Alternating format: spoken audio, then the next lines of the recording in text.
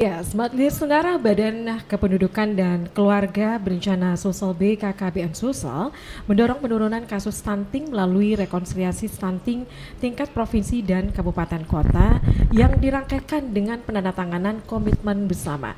Nah, bagaimana pengaplikasiannya di Kota Makassar? Untuk hari ini di rangkaian Hari Keluarga Nasional atau Harganas 2022, tentunya saya juga mengucapkan selamat Hari Keluarga Nasional ya. Tentunya perayaan ini tentunya menjadi momentum untuk memperkuat fungsi keluarga ya. Talkshow kita pagi ini bersama dengan Bapak Haidir SSTP MSI, Kepala Dinas Pengendalian Penduduk dan Keluarga Berencana Kota Makassar. Assalamualaikum warahmatullahi wabarakatuh, Pak. Ya, waalaikumsalam warahmatullahi wabarakatuh, dan salam untuk pendengar Smart FM pada hari ini. Gimana kabarnya, Pak? Alhamdulillah, kita semangat, terus semangat ya dalam menghadapi semua kegiatan-kegiatan ini. Oke. Semangat pagi, Pak ya. Semangat pagi. Ya. Baik. Ini masih di rangkaian Harganas ya, 2022. Untuk tema tahun ini yaitu keluarga keren cegah stunting ya. Mungkin sebelum kita masuk nih ya, apa saja sih upaya-upaya ataupun program yang dilakukan Badan KB Kota Makassar ya untuk menyambut Harganas ataupun masih di rangkaian Hari Keluarga Nasional 2022 ini ya, Pak Haidir. Yeah. Mungkin sebelumnya Pak Haidir bisa memberikan sedikit gambaran nih, Pak, untuk kasus stunting di Indonesia khususnya di Makassar itu seperti apa, Pak? Ya, jadi kami sampaikan bahwa mungkin kita harus samakan persepsi dulu bahwa isu stunting ini bukan lagi isu lokal, tapi sudah menjadi isu prioritas nasional. Presiden Republik Indonesia Bapak Insinyur Jokowi sudah menunjuk langsung BKKBN Pusat selaku penanggung jawab penanganan penurunan stunting di Indonesia. Tentu secara hierarki bahwa BKKBN ini menurunkan kepada perwakilan PKM provinsi, kemudian OPD yang berkaitan dengan pengendalian penduduk dan KB di daerah. Kita harus juga tahu para pendengar Smart FM bahwa stunting ini merupakan gejala gagal silang, bukan gagal tumbuh kembang, tetapi tidak kesesuaian antara umur dan tinggi anak. Jadi terjadi perbedaan ideal antara tinggi dan umur anak. Untuk di Kota Makassar, alhamdulillah kita setelah hasil survei Dinas Kesehatan bahwa di antara 24 kabupaten kota se-Sulawesi Selatan, Makassar yang paling rendah. Makassar paling rendah sekitar 18,8% dari jumlah resiko stunting yang ada.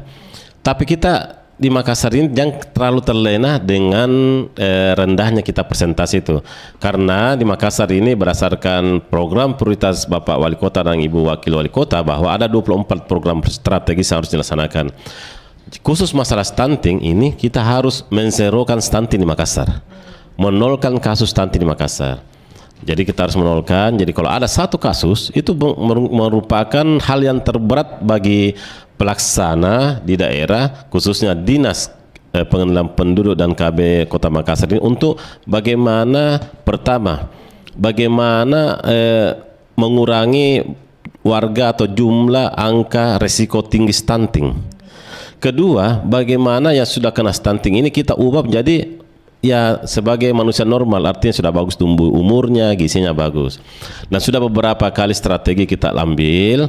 Alhamdulillah, karena kita ini bekerja untuk penurunan stunting Kota Makassar ini, sudah ada tim terbentuk berdasarkan peraturan wali kota secara hierarkis bahwa wakil wali kota atau wakil bupati merupakan ketua TPPS. Ketua TPPS adalah tim percepatan penurunan stunting di daerah, dan sekretariat itu adalah secara ex officio atau secara jabatan bahwa di situ terletak di Dinas Pengendalian Penduduk dan KB se-kabupaten kota. Ya itu. Baik. Tadi seperti diinformasikan ya Pak Haidir bahwa untuk stunting, kasus stunting di Kota Makassar itu 18,8% ya. Kemudian untuk 2022 ini tentu dilakukan berbagai upaya, Pak. Iya. Untuk target penurunannya itu berapa persen, Pak, untuk Iya. tahun ini? Jadi jelas program dan kegiatan kita ambil ini dalam rangka penurunan angka stunting di Kota Makassar. Target 3 tahun ke depan secara nasional itu 24,4% secara nasional. Tetapi di Makassar untuk sampai 3 tahun ke depan itu sampai dengan 15,4%.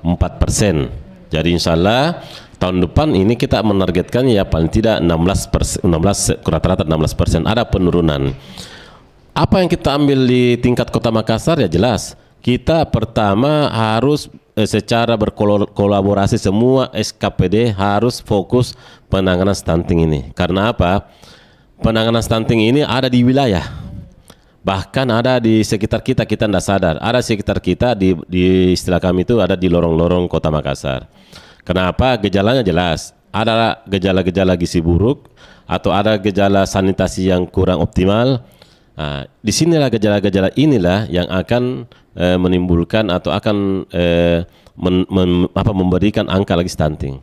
Kita akan berkoordinasi semua SKPD terkait untuk bagaimana tidak terjadi ini. Paling tidak seperti Dinas Pekerjaan Umum, bagaimana cara meningkatkan sanitasi di lingkungan. Kemudian bagaimana dari Dinas Kesehatan memberikan secara rutin, secara akuratif adalah makanan-makanan penambah gizi bagi yang berisiko tinggi. Kalau kami di Dinas Pengendalian Penduduk KB merupakan kerjanya adalah secara edukasi, promotif dan preventif itu memberikan selalu sosialisasi, selalu penyuluhan kepada ibu-ibu ataupun resiko stunting kepada tentang buruknya nanti stunting. Perlu kita ketahui ibu bapak sekalian maupun pendengar Smart FM bahwa ada beberapa kategori yang merupakan resiko stunting.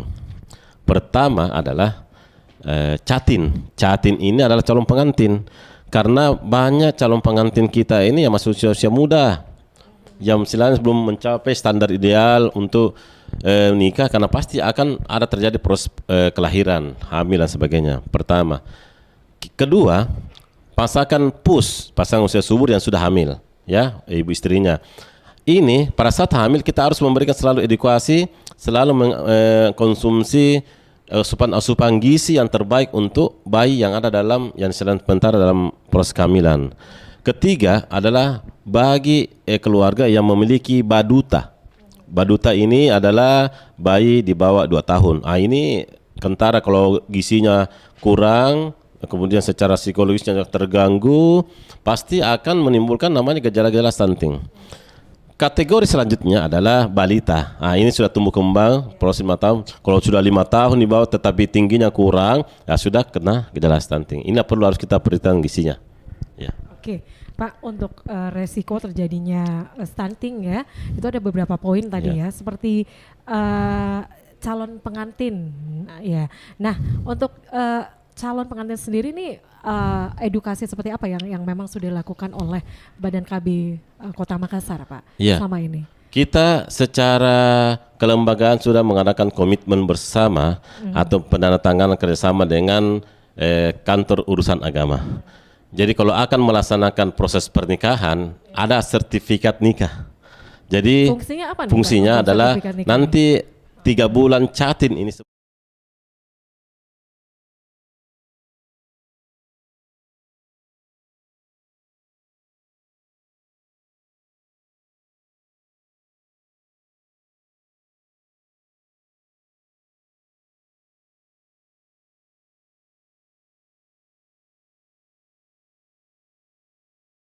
pada calon pengantin ini, Pak ya? Iya benar kan. Makanya tadi ada memang calon catin ini termasuk kategori yang berisiko. Kalau memang sudah memenuhi persyaratan, tentu kan resiko tingginya itu kan sudah tidak ada.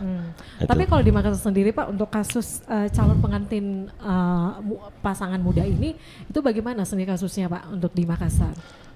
Ya sebenarnya tidak terlalu signifikan sih kalau dari daftar atau kategori catin calon pengantin ini.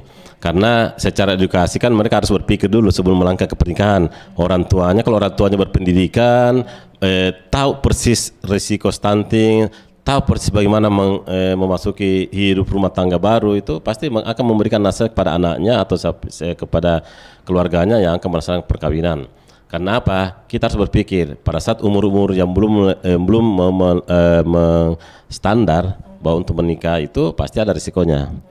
Nah, tapi kita harus prioritas bahwa kalau memang sudah terjadi pernikahan, ya itu tugas kami memberikan edukasi, berkolaborasi dengan beberapa SKPD, memberikan edukasi, memberikan penyuluhan kepada catin yang sudah menikah ini agar tetap selalu mensuplai asupan gizi yang cukup untuk selama itu. Kalau selama ini Pak, untuk pengaplikasiannya seperti apa kendalanya Pak untuk terus memberikan edukasi kepada calon pengantin ini Pak? Iya, kan tentu. tidak semuanya kan langsung menerima gitu Ya, kan Pak. Ya. nah, tapi itulah memang ini kan namanya isu baru, isu stunting ini. Salah satu memang kelompok kategori risiko tinggi adalah catin ini memang harus kita secara pendekatan kekeluargaan, secara persuasi, bahkan secara pendekatan lingkungan, karena bisa saja lingkungannya memang mendorong nikah cepat. Tapi kita harus ada pendekatan lingkungan, makanya pada saat itu kita berkolaborasi dengan pemerintah setempat, kelurahan, Pak Camat untuk senantiasa mengendalikan, senantiasa memberikan penyuluhan kepada warganya bahwa apabila terjadi pernikahan itu ya akan terjadi risiko stunting kalau tidak memenuhi gitu. Jadi ini perlu ya sosialisasi yang masif ya, dimulai dari tingkatan yang paling bawah ya, ketua RT RW gitu Pak ya. Baik. Untuk resiko stunting ya, selain calon pengantin muda tadi, kemudian pasangan usia subur nih Pak, kendalanya seperti apa Pak untuk pasangan usia subur? Kemudian untuk pemberian gizi balita untuk di bawah 2 tahun ini Pak? Banyak kasus yang ada di daerah pada saat hamil bagi pasangan usia subur ini malas memeriksakan kehamilannya. Baik ke posyandu maupun ke bidan ini itu karena apa Pak? Apa Pak? Males ya. Kita secara pendekatan kita dari kader-kader yang mendekati mereka, rata-rata pertama adalah faktor kemalasan. Kedua, memang ada yang memang alergi kalau minum obat pada saat hamil. Ada. Ya, ketiga memang faktor lingkungan. Untuk apa ke situ, untuk apa ke situ. Tapi ini kan namanya harus kita beredukasi kepada mereka bahwa pentingnya untuk mengkonsumsi vitamin ataupun penambah darah pada saat hamil. Nah, inilah harus kita berkolaborasi dengan SKPD, bukan cuma dari dinas DPPKB Kota Makassar, tapi harus turun juga dari dinas kesehatan dan pemerintah kecamatan, pemerintah kelurahan untuk mengedukasi pada saat hamil di pasangan usia subur ini harus senantiasa kontrol kehamilan itu. Oke. Pak, untuk edukasi ini bisa sampai ke masyarakat begitu kan? Yang di sini yang dibutuhkan peran yang paling aktif itu bagaimana Pak untuk sumber daya ataupun SDM-nya Pak? Ya. Kita di Makassar ini sudah terbagi sistem tugas, ada pendamping satuan tugas dari provinsi. Bahkan yang nanti paling berfungsi di bawah, di tingkat paling bawah ini ada namanya TPK, tim pendamping keluarga. Tim pendamping keluarga ini yang selalu mendekati warga, keluarga Pak Pus yang memiliki baduta, balita untuk senantiasa beredukasi, memberikan penyuluhan. TPK ini itu satu tim terdiri dari 3 unsur. Jadi unsurnya itu adalah dari kader KB, kedua dari dinas kesehatan tentunya dari bidan. Kemudian yang ketiga adalah dari tim penggerak PKK. Inilah semua komponen-komponen anggota TPK ini harus senantiasa berkolaborasi di dalam sesuai dengan fungsinya masing-masing. Kalau dari KB edukasinya, mungkin dari dinas kesehatan tentang teknis bagaimana harus posyandu kontrol kehamilan. Kemudian dari tim penggerak PKK tentu ada dorongan-dorongan secara psikologis itu. Oke, Pak, ini dari kader KB, kemudian ada bidan ya, kemudian ada tim penggerak PKK yang tentunya ini sudah melakukan berbagai upaya ya untuk bagaimana untuk mencegah stunting ini. Nah, kalau dari kendala-kendala yang dijumpai di lapangan ini untuk kader KB sendiri tuh bagaimana Pak selama ini dari hasil pengamatannya? Ya, biasanya sih kalau kita menyuluh satu kali istilahnya gagal atau tidak sempat ketemu, harus datang lagi kedua kali. Karena kita harus juga lihat situasinya keluarga ini, jangan sampai sementara ada masalah internal kita masukin, tentu nasihat-nasihat edukasi ini pasti pasti terabaikan melalui mereka. Pertama, kedua ya tentu masalah biasa kita hadapi ini memang pada saat mereka tinggal di lorong atau tempat itu, pada saat mengetahui bahwa keberadaan kita itu, mereka pergi. Mereka pergi. Artinya tidak mau adakan, tidak mau mendengar begini, tidak mau mendengar sosialisasi. Itulah kami sudah menyampaikan kepada kader kami yang dalam tim TPK ini, tetap ikhlas dan bersabar menyampaikan bahwa namanya hal yang benar kita sampaikan untuk pencegahan stunting biar tidak terjadi resiko stunting. Ya, khususnya nih untuk kader KB ya. Kader Mungkin KB ya. ini juga menjadi ketakutan, salah satu ketakutan masyarakat gitu ya, warga ya. Iya. Misalnya untuk pemasangan spiral mungkin ya. Iya.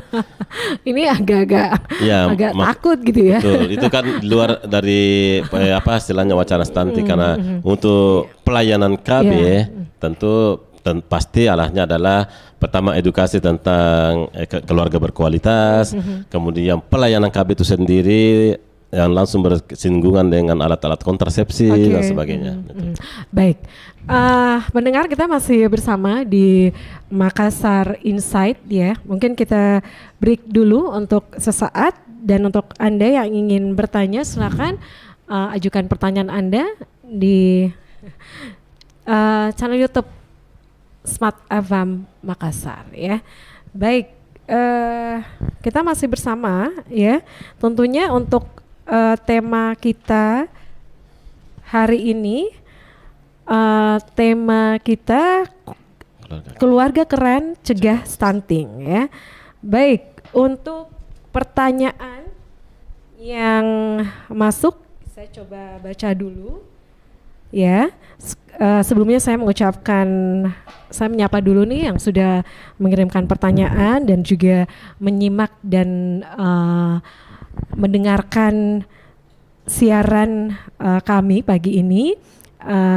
Untuk Nima Plans, upaya yang nyata dilakukan itu dalam bentuk program apa saja Pak dalam mencegah stunting di Makassar?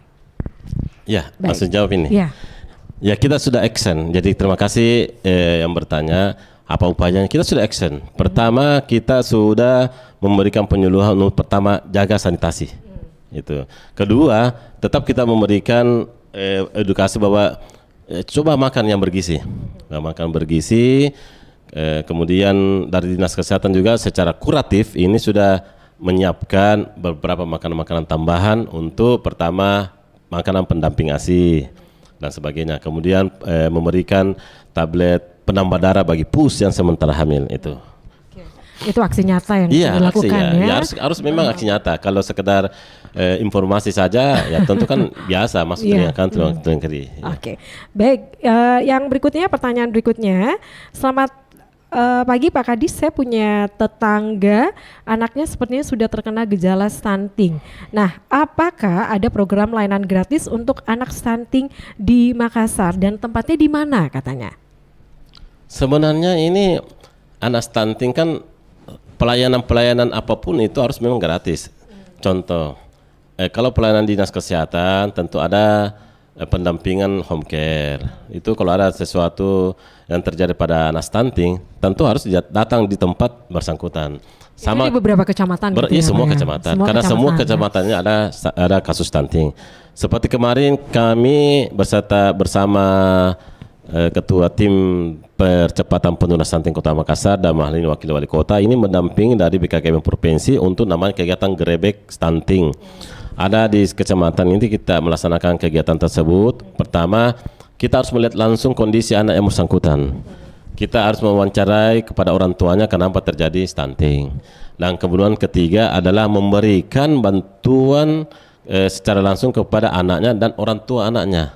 Dalam hal ini bantuannya berupa makanan-makanan penambah gizi itu. Jadi memang ini harus penyuluhan itu harus kita datang ke warga. Kalau saya lihat tidak ada tempat atau tidak mesti warga yang stunting itu anak stunting harus sudah mendatangi tempat, tidak. Kita yang proaktif, masyarakat kita yang mendatangi. Kita mendatangkan. Petugas yang mendatangi. Karena di Dinas DPPKB Kota Makassar ini kita sudah punya ada UPT, ada PPKB, ada sub PPKB, bahkan kita memang tugasnya adalah bagaimana caranya pertama mendata sasaran-sasaran pendataan KB, kedua itu tadi stunting, menyuluh ke warga mendatangi rumah warga, jangan sekedar mendapatkan laporan bahwa ada begini-begini, harus turun lapangan. Nah, itu. Turun langsung gitu Turun ya. langsung. Baik, ada pertanyaan berikutnya ini. Untuk anak stunting ini berapa lama untuk masa pemulihannya, Pak? Untuk sementara biasa kita sampai uji coba sampai 6 bulan. Ya, kita coba kalau anak-anak baduta, balita coba kita kasih makanan pendamping ASI sampai 6 Pak bulan. Haidir. Untuk kasus stunting sendiri itu kan dengar-dengarnya juga bagaimana Pak untuk di pulau gitu. Iya, betul. Apakah ada juga ditemui Pak? Iya. Ini stunting adalah kita tersebar ke seluruh Kota Makassar, cuma berbeda-beda angka range-nya. Nah, untuk di pulau atau kecamatan Kepulauan Sangkaram memang ada kasus. Tahun lalu termasuk salah satu kecamatan yang banyak angka stunting di Kepulauan Sangkaram. Tetapi tahun 2022 ini alhamdulillah sudah mereda, bahkan bukan lagi dia paling tinggi, mungkin ada di titik rendah ke bawah. Upaya-upaya yang dilakukan pertama ada kolaborasi antara pemerintah kecamatan dan pemerintah kelurahan beserta dinas DPPKB Kota Makassar. Pemerintah kelurahan dalam hal ini Bu Lurah atau Pak Lurah adalah senantiasa memberikan nasihat-nasihat bahwa pentingnya makan bergizi, karena kita tahu daerah kepulauan itu kan banyak ikan. Ikan itu secara gizi banyak protein. Tetap mengkonsumsi protein itu merupakan salah satu penambah gizi baik ibu hamil, anak baduta maupun balita. Secara institusional, Dinas PPKB ini juga memiliki UPT, unit pelaksana teknis yang ada di pulau. Bahkan ini tugasnya sebagai apa Pak? Penyuluh. Kita menyuluh baik untuk sasaran data-data pelayanan KB, kemudian data profil kependudukan, bahkan data-data untuk risiko stunting ini tetap ada. Dan bahkan bukan cuma mendata, memberikan edukasi, promosi kepada keluarga-keluarga maupun catin-catin yang termasuk dalam kategori risiko stunting ini untuk tetap mendapatkan edukasi dan asupan gizi yang cukup untuk pertumbuhannya. Oke, jadi untuk edukasi kemudian sosialisasinya ini secara masif terus dilakukan gitu terus. ya. Dari itu mereka tugasnya. RT RW sampai ke pulau-pulau Pak. Untuk fungsi pengawasannya sendiri tuh bagaimana Pak? Fungsi pengawasan di tingkat dinas tetap kita menerima laporan by sistem. Ada sistem kita buat karena PP kader kita, PPKBD dan sub PPKBD ini ada kita buatkan aplikasi termasuk kinerjanya, pengawasannya. Jadi pengawasan kerajaan itu sampai menjadi tolak ukur ya, penilaiannya Pak. Apa saja Pak? Ya pertama harus update data sektor. Ya, kemudian selalu memantau bumil, ibu hamil. Kemudian senantiasa turun ke warganya. Bagaimana cara menasihati edukasi tentang stunting. Banyak yang saya dapat laporan bahwa data-data yang dipegang oleh para penyuluh teman kami itu masih belum update. Makanya salah satu indikatornya adalah harus mengupdate data. Mengupdate data. Ada penilaian. Karena termasuk penilaian inilah, kinerja inilah akan jadi ukuran kita berikan insentif kepada mereka. Oke, jadi dari ukuran ataupun standar ini ya. Ada indikator ya. Jadi tidak semua dapat. Kalau sudah memenuhi kriteria kita kasih. Oke. Untuk evaluasinya sendiri gimana Pak? Evaluasinya ya kami ini di tingkat kota setiap Senin itu mengadakan coffee morning. Coffee morning ini bersama ketua TPPS dan hal ini wakil wali kota. Setiap minggu coffee morning setiap hari Senin atau Selasa kita kumpul baik dari dinas PKB maupun beberapa SKPD yang terkait. Apa yang sudah kita progres 1 minggu kemarin. 1 minggu kemarin kalau ada masalah kita selesaikan minggu ini. Kalau yang sudah kita laksanakan minggu kemarin, janganlah kita bahas dan kita laksanakan minggu ini. Harus bertahap. Jangan itu saja yang dibahas setiap minggu. Nah, jadi kita tahu kalau memang terjadi ada SKPD yang kurang aktif, kita sampaikan harus aktif. Karena ini semua bukan cuma dinas DPPKB dan dinas kesehatan yang punya leading untuk stunting, tapi semua SKPD berkaitan. Apalagi pemerintah kecamatan dan kelurahan. Ya. Oke, jadi seperti diinformasikan oleh Pak Haidir tadi untuk bagaimana edukasi kemudian jalannya program kerja ya terkait untuk penurunan stunting ini ya, kasus stunting ya di Makassar. Ini juga menjadi indikator nanti untuk pemberian insentif ya Pak. Iya, benar. Untuk anggaran sendiri, nah gimana nih anggarannya Pak? Jadi kita mendapatkan apresiasi dari pemerintah pusat maupun pemerintah provinsi bahwa salah satu pemerintah daerah yang mendukung penuh penanganan penurunan stunting di daerah ini Kota Makassar. Dibuktikan dengan anggaran tahun 2023 itu sudah digelontorkan dana 50 juta per kelurahan. 50 juta per kelurahan, Pak. Khusus untuk pencegahan stunting.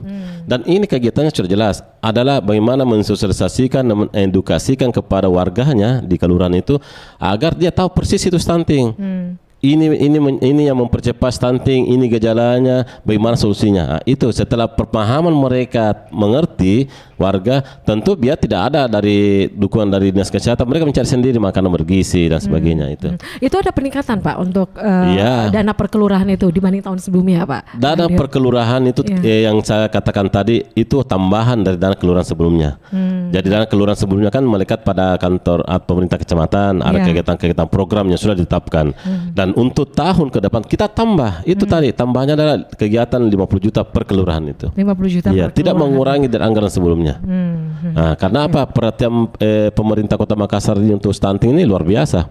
Bahkan kita punya aplikasi yang dibuat oleh pemerintah kota dalam hal ini melalui dinas pengendalian penduduk dan KB itu adalah ada aplikasi inovasi Lopis. Lopis. Lopis. Penasaran Pak. Pendorong itulah ada masyarakat secara komprehensif, ada orang tuanya, ada anak kecilnya, ada remajanya. Nah, dari Lopis inilah yang diterbitkan oleh Dinas Pengendalian Penduduk dan KB Kota Makassar ini kita akan mengkolaborasi koordinasi dengan beberapa SKPD. Tidak akan terjadi bertabrakan koordinasi sesuai dengan tupoksi masing-masing. Kita mengontrol bahwa kamu SKPD kerja sini, SKPD kerja sini sehingga fungsi mereka sendiri itu akan menambah pencegahan kita terhadap stunting ini. Nah, inilah inovasi ini kita insya Allah sudah presentasikan di KIPP, rencana kompetisi inovasi pelayanan publik, dan mudah-mudahan kita menjadi percontohan karena ada dukungan pemerintah, masyarakat juga ada, petugas penyuluh dari DPK sudah siap, semua sudah berkompetensi. Untuk kelurahan-kelurahan yang menjadi percontohan, kelurahan mana saja Pak untuk Lopis ini? Kita akan memilih untuk lorong-lorong wisata karena kita sebenarnya ada prioritas. Ada prioritasnya apa persyaratannya Pak untuk 2022 ini ada istilahnya 20 kelurahan zona merah. 20 kelurahan ini menyebar ke 9 kecamatan. Jadi ada 6 kecamatan tidak termasuk. Di 9 kecamatan inilah kita akan coba memasifkan lagi ini strategi pencegahan stunting baik melalui Lopis maupun strategi dari pemerintah kecamatan, strategi dari dinas kesehatan kita akan turunkan di situ. Biar yang zona merah tadi 20 kelurahan ini ya kembali ke zona orange atau zona hijau. Ya. Caranya pertama kemarin kita sudah rapat perbaiki data karena banyak data yang dari dinas kesehatan ini adalah stunting tapi harus ditata real. Apa Pak? Apa yang menjadi kendala datanya sendiri? Karena Pak? pada waktu itu mungkin pada saat pencatatan dari petugas kesehatan ya dinas kesehatan itu pertama ya secara teknis cara penginputan salah. Kedua mungkin sekarang ini sudah banyak yang dulu stunting sekarang itu sudah normal Sudah bagus normal, ya. ya. Maka harus kita mengupdate datanya dulu, database-nya dulu. Ini yang terpenting ya. Ini yang penting Yang karena kita lakukan. dari data-data inilah kita akan menyusun suatu kegiatan. SKPD akan mengetahui di sini populasi stunting harus kegiatan ini dan sebagainya. Oke, hal yang pertama itu adalah update data. Iya, gitu ya. database. Kita harus update database. Baik, kemudian nih Pak untuk rangkaian Harganas. Iya. ini. Hari Keluarga Nasional. Keluarga Nasional. Pasti dong ya, ini banyak rangkaian kegiatan yang akan dilakukan ya Pak. Iya, benar. Ini saya juga selaku Kepala Dinas Pengendalian Penduduk dan KB Kota Makassar ini ya mengucapkan selamat Hari Keluarga Nasional. Tema tahun ini sangat bagus. Karena apa? Temanya adalah cegah stunting, keluarga keren cegah stunting. Keluarga keren itu berarti kita harus cegah stunting. Kita cegah stunting berarti kita membuat keluarga kita adalah bebas stunting. Nah, rangkaian kegiatan-kegiatan dalam rangka Hari Keluarga Nasional puncaknya kemarin tanggal 29 Juni ini sudah banyak dilaksanakan oleh pemerintah Kota Makassar. Mulai dari mana Pak? Dimulai pertama ada kegiatan besar kita sudah dilaksanakan 2 minggu lalu kalau tidak salah. Ada kegiatan 1 juta aseptor. Sejuta aseptor. Sejuta aseptor ini serentak se-Indonesia. Serentak se-Indonesia dilaksanakan. Kota Makassar dipusatkan di Kecamatan Rapocini. Kita memberikan pelayanan KB, pelayanan keluarga berencana di pada waktu itu. Jadi semua pelayanan KB itu ada kita laksanakan. Ada beberapa rumah sakit yang sudah kita kerjasama pada hari itu. Rumah sakit Bahagia, kemudian rumah sakit Pelamonnya. Rumah sakit pemerintah semua, Pak? Iya, rumah sakit pemerintah itu untuk pemasangan implan, kemudian ada MOW, ada MOP. Kita laksanakan semua secara profesional. Kita gunakan semua sumber daya yang ada, tenaga medis yang bersertifikat, berkualifikasi. Nah, kita gunakan kendaraan mobil untuk antar jemput aseptor. Alhamdulillah kita laksanakan. Bahkan pada hari itu sampai malam kita tunggu sampai selesai pemasangan ataupun bongkaran implan itu. Ya. Oke, itu rangkaian kegiatannya, Pak. Rangkaian kegiatannya. Ada satu kemarin. Kemarin juga kita sudah melaksanakan, kita mendampingi dari tim PKKM Provinsi adalah gerebek stunting. Ini juga stunting, ya. Stunting ini luar biasa isunya. Kota Makassar minggu lalu juga sudah melaksanakan namanya pemilihan duta genre. Duta genre. Genre ini adalah generasi berencana. Ada kita ambil dari kalangan sekolah. Jadi kalangan sekolah dan kampus ini kita adakan grand final pemilihan duta genre tingkat Kota Makassar dan kita memilih 3 besar duta yang mewakili Makassar. Ya. Tentunya untuk rangkaiannya ini saya kira masih banyak lagi ya kegiatan-kegiatan yang dilakukan dan puncaknya nanti diundur ya, Pak ya. Kalau nggak salah ini di tanggal ini ada informasi bahwa puncak peringatan untuk Harganas ini diundur ke bulan Juli. Kita tinggal menunggu instruksi surat edaran dari pemerintah pusat dalam hal ini BKKBN pusat tentang hari itu, hari puncak itu. Oke. Baik, karena durasi kita terbatas dari Pak Khaidir, masih ada yang ingin disampaikan untuk closing statement kita, Pak? Iya. Closing masalah gini, kami mengharap para pendengar dan masyarakat pendengar Smart FM dan masyarakat Kota Makassar bahwa awali dari keluarga. Keluarga ini kita bentuk keluarga berkualitas. Salah satu caranya adalah bagaimana cara melaksanakan edukasi internal dalam keluarga bahwa pentingnya kita menjauhi namanya gizi buruk. Kalau menjauhi gizi buruk, tentu stunting yang sekarang ini menjadi isu nasional itu tidak akan mendekat dengan kita. Jadi mari kita tanamkan dan camkan bahwa keluarga kering itu adalah cegah stunting. Itu yang berbahagia. Oke, cegah stunting tentunya ini salah satu jalan untuk memperkokoh fungsi keluarga ya. Iya, fungsi keluarga. Ya, demikian pendengar perbincangan kita hari ini bersama Pak Khaidir SSTP MSI, Kepala Dinas Pengendalian Penduduk dan Keluarga Berencana Kota Makassar. Terima kasih sekali lagi, Pak. Ya, terima kasih. Mudah-mudahan kita tetap semangat untuk melaksanakan tugas rutinitas kita masing-masing. Assalamualaikum warahmatullahi wabarakatuh. Waalaikumsalam warahmatullahi wabarakatuh. Salam keluarga berencana. Keluarga itu keren.